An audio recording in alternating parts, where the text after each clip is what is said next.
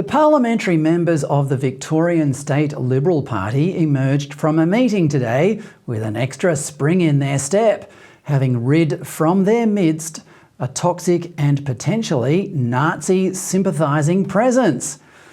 Quote, "We've had a meeting, we're going forward," said new Liberal State MP Sam Groth, who was elected 6 months ago. And here is exclusive footage of them moving forward.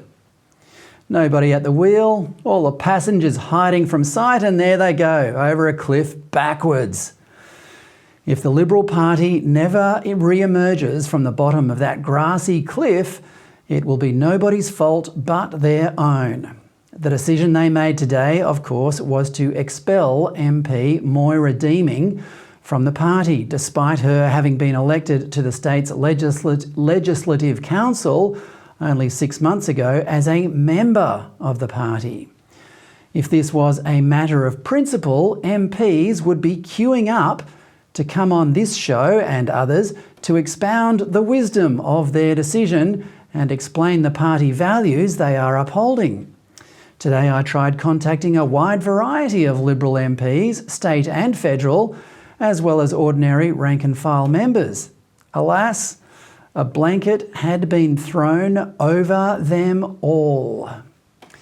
People who disagreed with the decision were unable to speak because to do so would lead to the same fate as Deeming, which is expulsion from the party, and people who agreed with the decision were unable to speak because they are feckless cowards who are upholding nothing but their own pathetic careers as faceless factional hacks.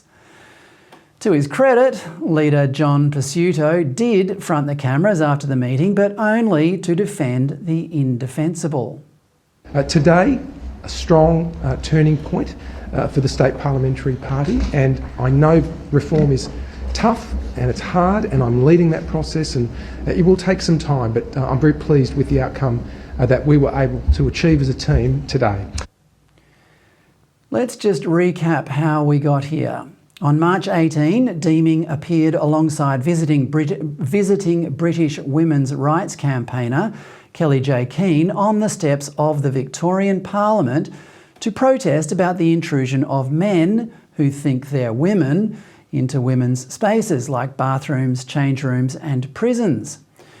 A small group of comical Nazis turned up and, unbeknown to Deeming, stood nearby making Nazi salutes.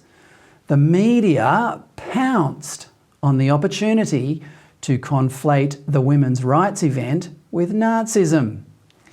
In truth, the Nazis involved were pathetic losers in black shorts with shaved legs. But the coverage almost gave the impression that Melbourne was just a goose step away from reenacting the Nuremberg rallies of 1934. What on earth would be next? Armed stormtroopers shooting dissidents in the streets? Wouldn't that be an issue for the opposition to get its teeth into? But I digress.